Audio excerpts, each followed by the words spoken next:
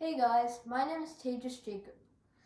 I recently did a science project and it's about how airplanes can fly and the physics behind that.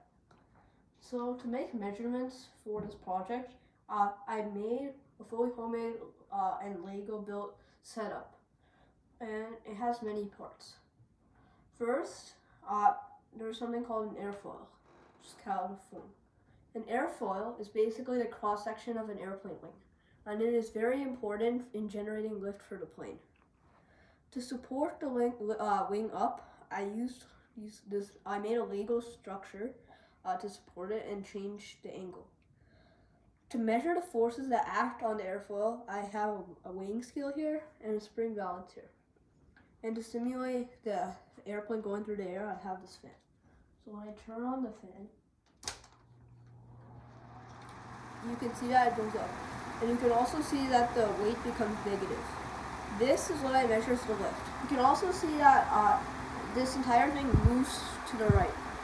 This allows me to measure a force, the drag force, which is here. You can see that it's very high. And you can see that it all returns back to normal. So there's four forces that act on a plane during flight. There's thrust, weight, lift, and drag. Lift is the upward force that allows the plane to stay in the air. However, drag is the backward force caused by air resistance and air friction that keeps the airplane from moving forward. And so you want to minimize drag and maximize lift. So when you change certain properties of a wing, you can get different amounts of lift and drag. For instance, there's something known as the angle of attack. So the angle of attack is basically the angle at which the wing is at. So, for instance, here there's a negative angle of attack. Here there's zero angle of attack. And then here there's a very high angle of attack. And depending on the angle of attack, as I said before, the lift and drag will change. So I cut out many different types of airfoils. So this is called the Clark Y airfoil. It's special because it has a flat bottom and a curved top. See the here. Next is the symmetrical airfoil. You can see that the curvature on the top is the same as on the bottom. This will affect in flight.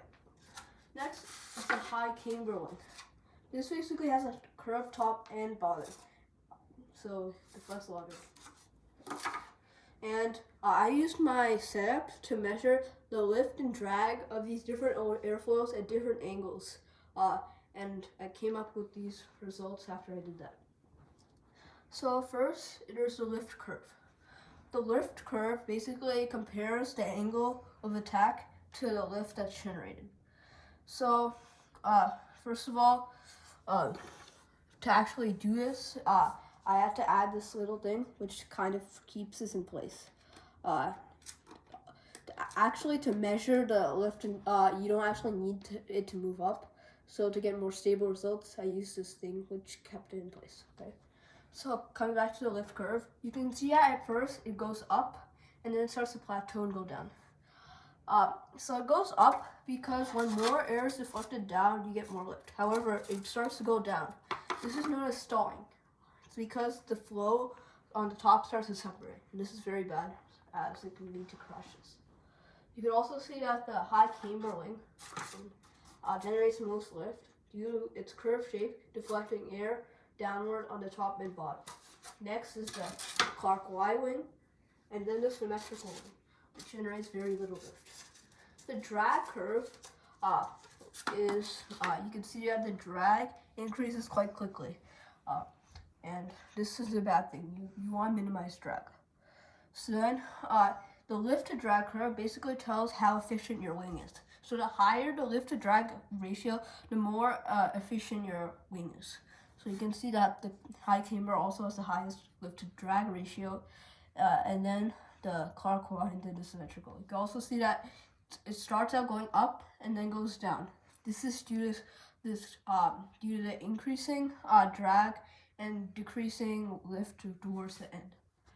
So these results were surprisingly good. I didn't expect that such like a Lego setup could actually do this, and that kind of makes me think, inspires me to do more. As like, if you can do this with Lego, you can do anything.